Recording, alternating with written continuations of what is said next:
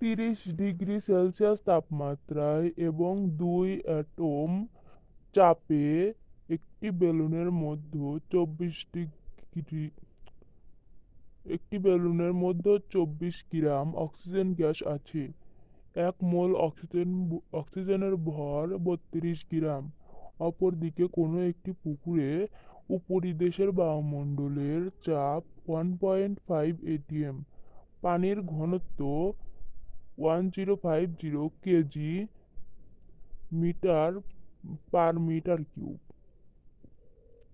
ও গভীরতা 20 মিটার, এবং অন্যদিকে একটি পুকুরের উপরিদেশে বায়ুমণ্ডলের চাপ 1.2 atm,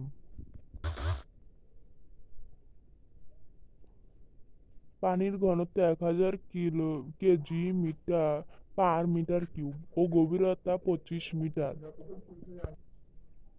1 atm equal 1.013 into 10⁵ pascal এবং আর ইকুয়াল 8.314 জুল মোল একক, জুল পার মোল, কেলভিন একক। আর জি ইকুয়াল 9.8 মিটার পার বর্গ সেকেন্ড। চলুন তাহলে এবার প্রশ্নটি দেখে নেওয়া যাক। উদ্দীপকের বেলুনের গ্যাসের আয়তন নির্ণয় করো। আমরা জানি P V equal N R T. PV equal M N equal ছোট এম বাই বড় এম, অণুর ভর ডিভাইডেড অণুর আয়তন। তারপরে V equal M R T divided P M এর মান বসিয়ে, সুতরাং V equal 9.33 into 10⁻³ metre cube.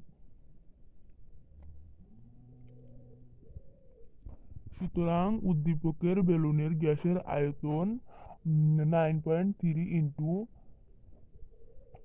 10⁻³। চলুন এবার ঘ নাম্বার প্রশ্নটি দেখে নেওয়া যাক। উদ্দীপকের কোনো পুকুরের তলদেশে গ্যাস ভর্তি বেলুনের আয়তন কম, গাণিতিক বিশ্লেষণ করো। প্রথম পুকুরের ক্ষেত্রে P1 V1 equal P2 V2। তারপরে আমরা জানি তারপরে P1 P2 plus H rho G V1 equal P2 V2।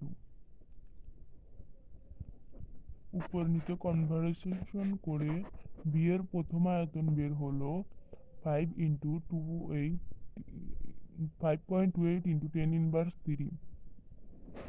আবার পুকুরের ক্ষেত্রে P1 V1 V2 V1 equal P2 V2, মান বসিয়ে পাই 2 ইন্টু